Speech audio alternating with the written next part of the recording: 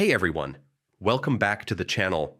Today I'm going to show you a super simple and effective way to link a Word document directly into your PowerPoint presentation.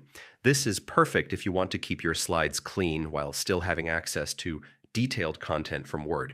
By the end of this tutorial, you'll know exactly how to embed your Word files seamlessly, so let's dive in. First, open the PowerPoint presentation where you want to add your Word document. Make sure you're on the slide where the content will make the most sense. Next, head over to the Insert tab on the PowerPoint toolbar. This is where all the magic happens. From here, click on Object. You'll find it among the options in the Insert menu. A dialog box will pop up. Here, select Create from File.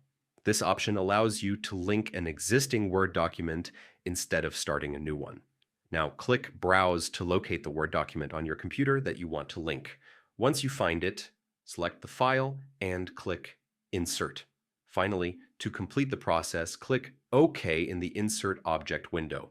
Your Word document is now linked to your PowerPoint slide. You can double-click it anytime during your presentation to open and view the full Word document without cluttering your slides. This method is great for keeping your presentation concise while still providing access to all the detailed notes or reports in Word. Plus, if your Word document updates, the changes can reflect in PowerPoint too, keeping everything synced. And that's it.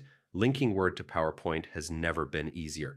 If you found this tutorial helpful, make sure to hit that like button, subscribe, and click the bell icon so you won't miss more easy and effective tips like this. Thanks for watching, and I'll see you in the next video.